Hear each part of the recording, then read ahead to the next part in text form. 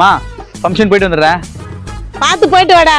மோத்தி மித்த மாமா கூட போய் ரோட்டு வரைக்கும் கொஞ்சம் விட்டுவாங்க. சரியாயா? மோத்தி மித்தே மாமா வர செம்ம அழகா போறேன்னா எல்லாம் பொண்ணு என்னதான் பார்க்க போதுங்கோ. நான் கர்ணா குடும்பத்தோட எங்க கிளம்பிட்டா? அம்மா 1/2 கிலோ அரிசி என்ன சொன்னாங்க, அதான் அமெரிக்கா வரைக்கும் போறேன்.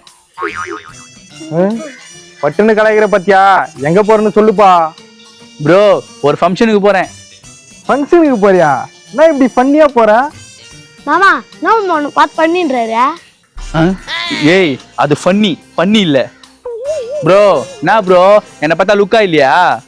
ஏய் வெளியே போற இப்படியா போவ? சரி விடு, உன்னால இது போல காஸ்ட்லியா ஜாக்கெட்லாம் வாங்க முடியாதுல. போ போ. நான் இப்படி அசிங்கப்படுத்திட்டு போறான். மோத்தி இந்த ஜாக்கெட் வச்சுதான் அவன் சீன் போடுறான். இன்னைக்கு நான் ஃபங்க்ஷன் கூட போல. அவங்க அம்மா அந்த ஜாக்கெட்டை துவச்சி காய போடும். அப்போ அவன் ஜாக்கெட்ல பிளேடு போட்டுற வேண்டியதுதான். போட்டுலாம் மாமா.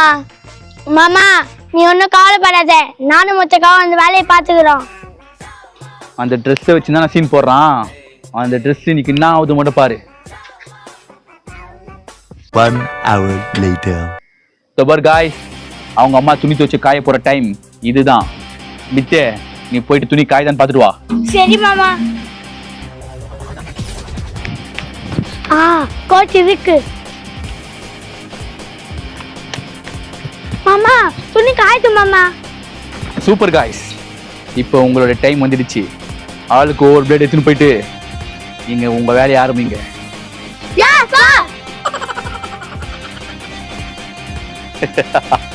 உன் துணி காலிடா.